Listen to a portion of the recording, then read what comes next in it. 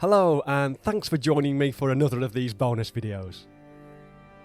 In this one we're going to take some of the textures from the last video, in particular these two you can see on the screen right now, and we're going to use those to make a few tables and chairs and so on.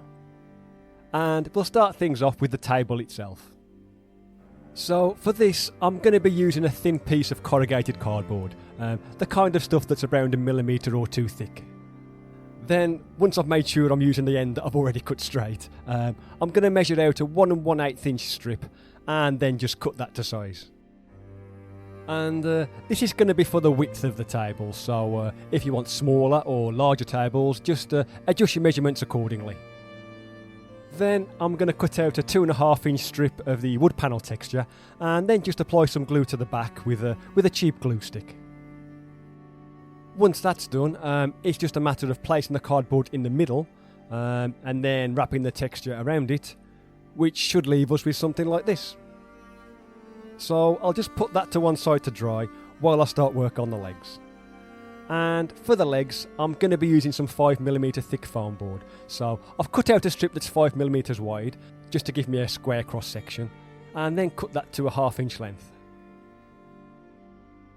Next, I've taken some of the plain wooden texture and then cut out a small piece that's 1 inch wide by a 1/2 inch long. And now you can see me applying some glue to the back of that and then just carefully wrapping it around the foam board leg.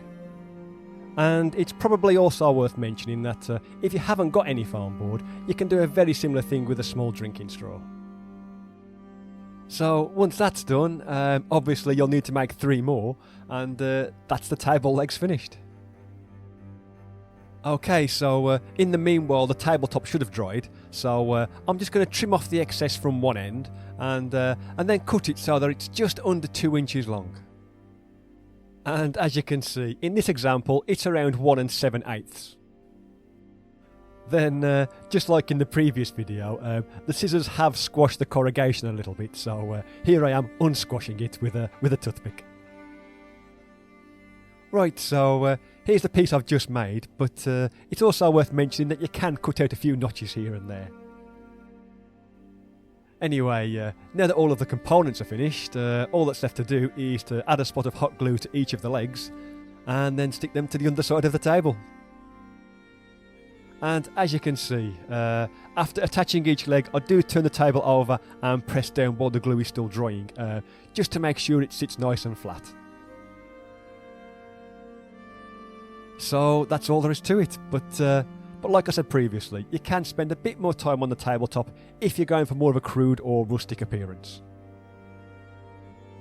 Okay, so now I'm going to make a start on the benches, and for this I'm using the same piece of cardboard as before, but this time I'm marking out a strip that's 3/8 of an inch wide. Then I'll just quickly cut that to size, and then I'll take some of the wood panel texture and cut out a strip that's roughly 1 inch wide. Next, it's the same old procedure of applying some glue to the reverse side and then simply wrapping it around the piece of cardboard. So something like that. Now I'll take some foam board again, and for the legs I'll cut out a strip that's 3/8 of an inch wide, and from that strip I'll then cut out 2 pieces that are both 1/4 of an inch long. I'm then going to take some of the plain wooden texture and cut out a strip that's 1/4 of an inch long by roughly 1.5 inches wide, apply some glue to the back of that, and wrap it around the foam board again. So obviously I'll do that twice, once for each leg, and with any luck they should end up looking something like this. Next I'm going to take the top piece, now that it's dry, and just quickly trim off any excess. And I personally like to make these slightly smaller than the tabletop, so I'm just going to trim that by eye. And then once again, you can see me using the toothpick to open up the corrugation where it's been squashed by the scissors. Then, just like the table, the legs need to be stuck to the underside of the bench, just with a small blob of hot glue, and it's finished. So there you have it, a really quick and easy way to make benches and tables for the dungeon. But I'm not quite done yet, and next I'm going to be showing you how to make a few high-backed chairs. So for these, I'm using the same cardboard once again, and this time I'm going to cut a 1/2 inch strip. Then I'm going to take the plain wooden texture and mark and then cut out a 1 1/4 inch piece.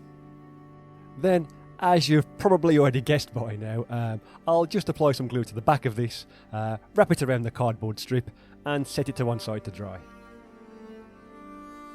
Next, once I've trimmed off any excess material once again, I'm then going to mark out 3 different lengths. The first being a 1 inch piece, then a 1/2 inch piece, and finally a 1/4 inch piece. So I'll just quickly trim those to size, and then do that thing with the toothpick once again. So something like that. And we can then move on to the next stage. Okay, so once all that's out of the way, I'm then going to apply a really thin line of hot glue along one of the exposed edges of the 1/4 inch piece, and then stick that to the underside of one end of the 1/2 inch piece. Then I'll apply some hot glue to the other end of the 1/2 inch piece, and attach that to the 1 inch piece like so. And there you have it, a nice little chair.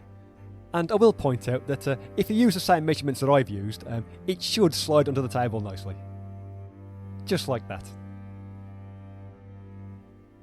And that's pretty much it for this one, but before I go, we'll just take a closer look at some of these pieces. So there's the table I've made along with a few benches, and I'll also throw a couple of chairs on the ends as well. And like a lot of this stuff, while each piece might not look fantastic on its own, when you start putting several bits together, it really doesn't look too bad at all. So if I get all that out of the way, I can then show you the other slightly ramshackle table that I mentioned earlier. And as you can see, I've also made a couple of similar benches to go along with it. And I think this particular style will be perfect for use with the upcoming cave tiles. But if you want to go even further than that, you can also make broken tables like this one. And they make for great bits of terrain in old castle ruins or abandoned dungeons or anything like that.